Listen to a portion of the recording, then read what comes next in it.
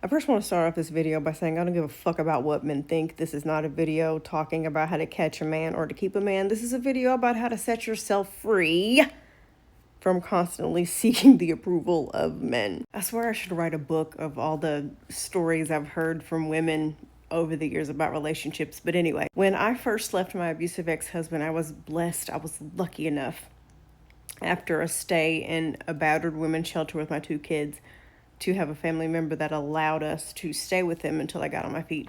And one of the first job that I got to rebuild my life was at a clothing store. And unfortunately for me, it was a bunch of girls that were still in high school. And I was the oldest person there. I think at the time I was like, I don't know, 25 or 26, but it was the only job I could walk into and get.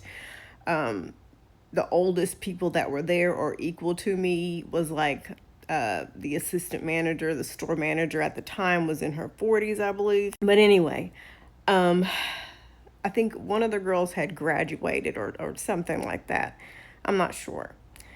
And she was in this relationship with this guy that was just super fucking toxic. Mind you, fast forward to now, he's long gone. She's married, has 3 beautiful children. But anyway, I remember her talking about, we were all standing around talking about her ending that relationship. And she was saying something to the effect of he's not going to have anybody as special as me who does things for him and our inside jokes. And I want to stop right there and say something. While I think that you are absolutely amazing, I think you're positively delightful, there will always be women, a plethora of them, who will also do everything for a man, who will be the personality in the relationship and make those inside jokes. You are replaceable. The moment you think that you are irreplaceable in a relationship with a man and that he would never leave you because he will never find what you give anywhere else, you're in dangerous shark-infested waters. There will always be a woman willing to do even more than you.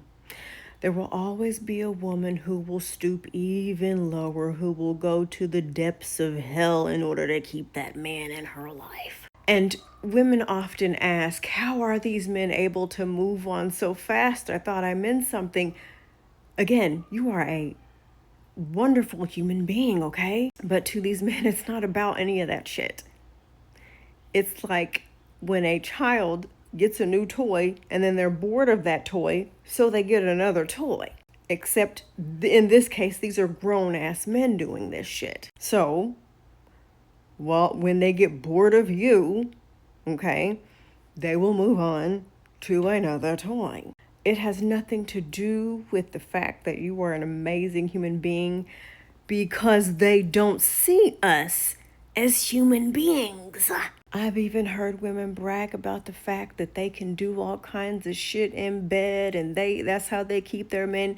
And then those same men go out and find somebody else. There was this movie that I saw. It was like I don't remember if it was a movie or like a mini series. I don't remember, but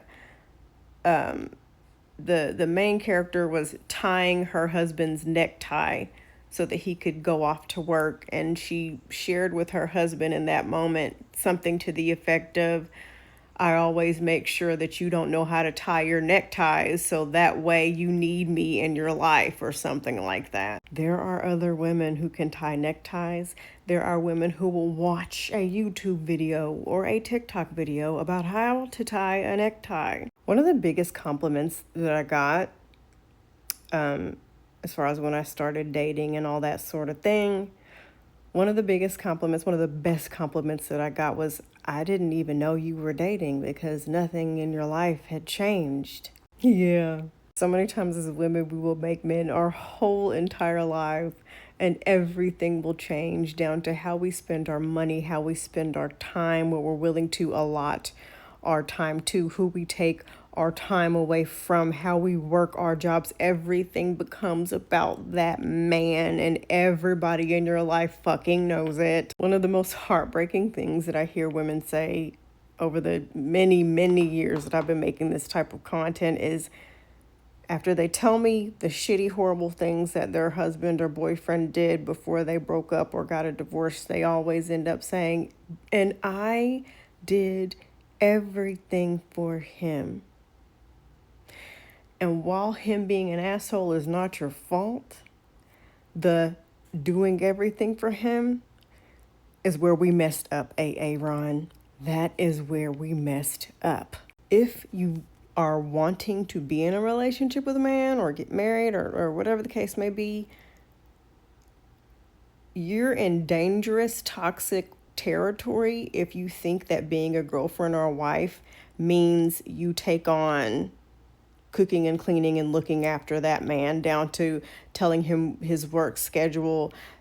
You're in dangerous water. You set yourself up for failure the moment you think that being a girlfriend or being a wife means being his personal assistant. You want to be in an equal partnership where you both are two adults who are companions, who get together because y'all have values in common and you respect and love each other. But unfortunately, it's more so always the latter with women. And this is why statistically they say that relationships, marriage benefits men, because we think we have to, it's our job to do everything for him. And just like that mini series I mentioned, I have heard women say, well, who else is going to do everything for him? Plenty of women will. The best thing you can do is live your life worried about you. That's the best thing you can do. If you're in a situation where you can't ever live without him, if you're in a situation where you think some kind of tricks are going to keep him, no. The moment you turn your back on your friends, the moment you stop chasing your goals and your dreams, the moment you start focusing in on what's going to make this man happy, is again dangerous, shark-infested waters. Because heartbreak is traumatizing. Y'all have no, I hope you never feel heartbreak when you've given someone your all is traumatizing. And I don't ever want y'all to go through that, to experience that. I totally understand that if you're in a relationship with someone, and it ends, you might feel hurt by that. It's a sign that you actually cared, as you should, when you are in a relationship with someone. But it should not destroy you. That's a horrible place to be. It's a horrible feeling to feel. So be a woman. I've said this a million times before. I'm going to put it on a shirt. Be a woman who was easy to lose. When I adopted that mindset, my whole dating life changed, because there was no, well, he did something that was a red flag, but I decided to go on a second date. Fuck these men. You got one time. I am a leaver. I am a blocker. Don't piss me off. And just like these men easily move on and replace us, I can do the same. You being in my life, somebody being in your life is optional. You will not die if you don't have a relationship. I mean, unless you do something unhealthy and you harm yourself because of that, sweetie, please don't. But you will not die if you don't have a relationship with a man. Yes, we are communal creatures, but the mistake I hear women say when they say this as an argument to be in relationships and to be male-centered, we are relational creatures, meaning we need community. not for you to give up your life and sit up under Todd all day. Please, I beg of you, change your mindset. Romantic relationships are optional, honey. And be a woman who's easy to lose. At the drop of a hat, you disrespect me, you know what? It's all good. That's who you are as a person. But because of who I am as a person, I'm not going to let this situation continue on anymore. And I've even seen women on this app who have made videos saying, my man will never leave me because he's a nerd, because he's a golden retriever, because he's this. Honey, every fucking man is capable of leaving, cheating, and abusing. Okay? It's a patriarchal bullshit trap that has you thinking that this type of man would never. Girl, please. Lifetime movies have tricked us into thinking that scumbags wear them white tank tops and they have a 5 o'clock shadow and they look oily and greasy. No, ma'am. Your golden retriever boyfriend is capable of bullshit too. Your quiet little boyfriend who's obsessed with Star Wars can be a dick also, okay? Your sweet man who makes you your favorite coffee every morning and writes you a love note and kisses you on the forehead before he goes to work is quite capable of sleeping with his work wife or his secretary or a coworker. The moment you think your man would never, as someone on this app said, they will never like they've never before.